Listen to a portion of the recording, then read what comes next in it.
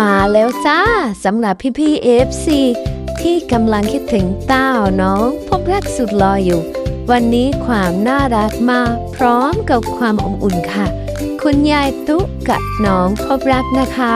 โชคดีวันนี้คุณยายมาเยี่ยมน้องพบรักตื่นพอดีก็เลยได้อุ้มนะคะทุกคนน่ารักมาก